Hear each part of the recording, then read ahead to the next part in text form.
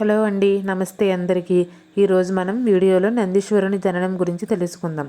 నంది అనేది శివుని వాహనం. శివాలయానికి వెళితే తప్పకుండా నందీశ్వరుని దర్శనం, అలాగే శివదర్శనం మనకు జరుగుతుంది. అలాగే నంది చెవిలో మన కోరికను చెప్పుకుంటే నెరవేరుతుందని ఒక నమ్మకం. ఈ కథను విన్నవారు మనసులో ఆ పరమశివుని తలుచుకొని తమ కోరికను కూడా నెరవేర్చమని కోరుకుందాం. అందరికీ మంచి జరగాలని ఆశిస్తున్నాను. శిలాదముని తపస్సుకు మెచ్చి శివుడు తన ప్రతిరూపముగా నందీశ్వరుడిని అనుగ్రహించిన దివ్యగాథ. శివగణాలకు అధిపతిగా కైలాస ద్వార పాలకుడిగా మారిన వృత్తాంతం. పూర్వంలో శిలాద మహర్షి అనే గొప్ప తపస్వి ఉండేవాడు.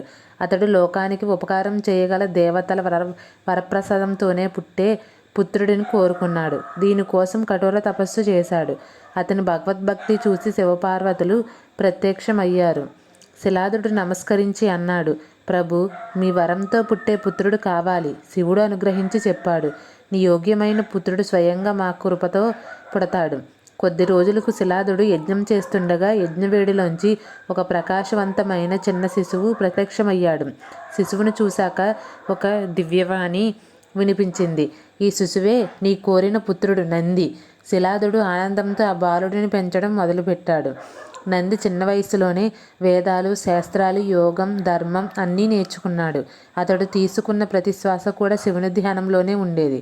అతని శరీరం దివ్యకాంతితో మెరవడం చూసి ఋషులు ఆశ్చర్యపోయేవారు. అయితే ఒకానొక రోజు 2 మునులు వరుణుడు పంపిన శిలాదుని పరీక్షించడానికి వచ్చారు. వారి దివ్యదృష్టిలో నందుడికి చిన్న ఆయుష్ ఉందని తెలిసింది. శిలాదుడు దుఃఖించాడు. నంది ఇలా అన్నాడు, నాన్నగారు, నా జీవితం శివునికే సమర్పణం. నేను ఆయనను సాక్షాత్కరించినప్పుడే నాకు నిజమైన జీవం లభిస్తుంది. అతడు తీవ్ర ధ్యానానికి వెళ్ళాడు. నంది చేసిన తీవ్రమైన తపస్సుకు సంతోషించిన శివపార్వతులు ప్రత్యక్షమయ్యారు. శివుడు అన్నాడు, నంది, నీవు ఇక మామూలు మానవుడివి కాదు. నా గణాలలో ప్రధానివి, వాహనం, నా ద్వారపాలకుడివి. నీకు చావు లేదు. నీవు నందేశ్వరుడివి. అలా అని శివుడు తన దివ్యకృపతో నంది శరీరాన్ని అర్ధ మనిషి, అర్ధ బసవన్న రూపంలో ఆశీర్వదించాడు.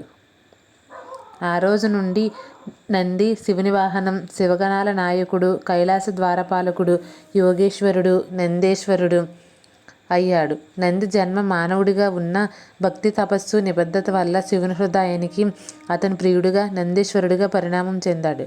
చూశారు కదండి. మీకు కానీ ఈ వీడియో నచ్చితే లైక్ చేయండి, షేర్ చేయండి, సబ్స్క్రైబ్ చేయండి. Thank you.